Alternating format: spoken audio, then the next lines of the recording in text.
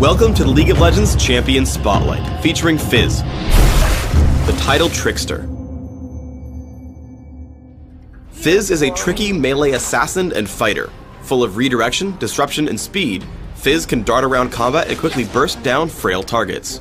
Or, if you prefer to slug it out, Fizz can also stand toe-to-toe with the biggest of foes, methodically dismantling them and shrugging off major attacks. Fizz's passive is Nimble Fighter. Fizz can path through other units at all times as though he had used Ghost. Additionally, he takes reduced damage from basic attacks. Urchin Strike damages and charges through target enemy, also applying on-hit effects. When Fizz uses Urchin Strike, he always moves a set distance forward, meaning that if you use it while directly next to an opponent, you'll appear far behind him.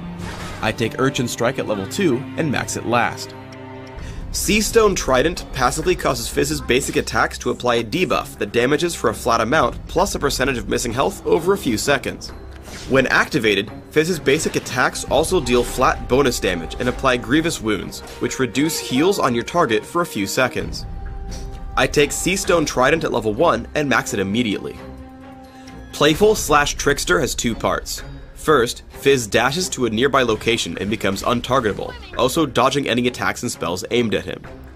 Reactivating the ability will cause Fizz to dash again, damaging all enemies he lands on.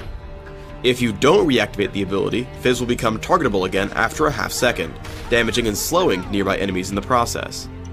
I take Playful/Trickster at level 3 and max it second, after Seastone Trident. Chum the Waters is Fizz's ultimate. Fizz sends out a skill shot nuke that stops on the ground or latches onto the first enemy champion it hits, slowing the target. After a brief delay, a shark comes out and eats the fish, knocking up, damaging, and slowing all enemies in the area.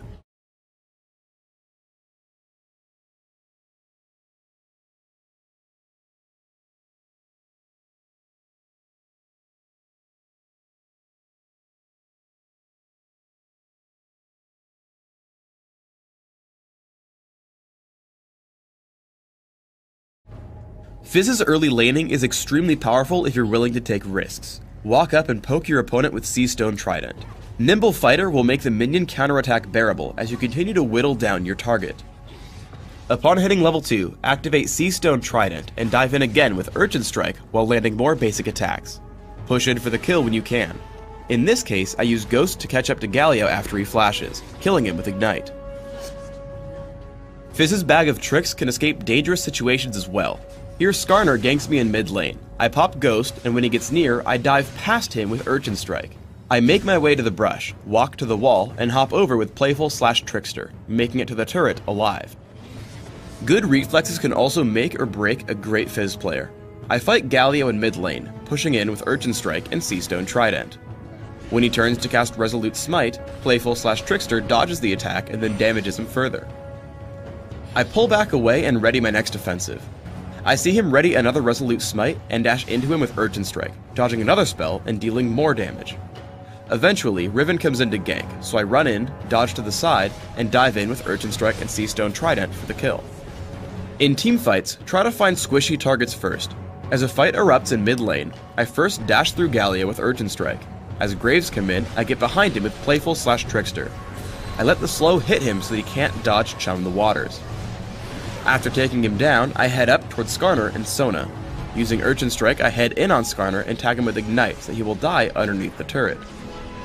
Once the turret tries to shoot me, I dodge outward with Playful/Trickster and take down Galio with my team. Another teamfight breaks out in mid. Once again, I dive onto Graves, taking him out with Seastone Trident and Urchin Strike and an Ignite to finish the job. After that, I head back in toward the fight and look for my next opponent. I push away Sona and head back in to attempt another kill. I dive on a Galio with Urchin Strike and Playful/Trickster, but he saves himself with Bulwark. I Urchin Strike onto Sona to run away from Skarner and the enemy Fizz. I keep trying to escape using my abilities and make a run for my turret. When Skarner shoots out Fracture, I dodge it with Playful and let Fizz drop to land the slow on Skarner.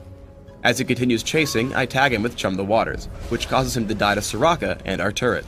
Galio then flashes in to take me out, but I've outranged Resolute Smite, and as he enters the base, I hit him with Urchin Strike and Seastone Trident for the kill.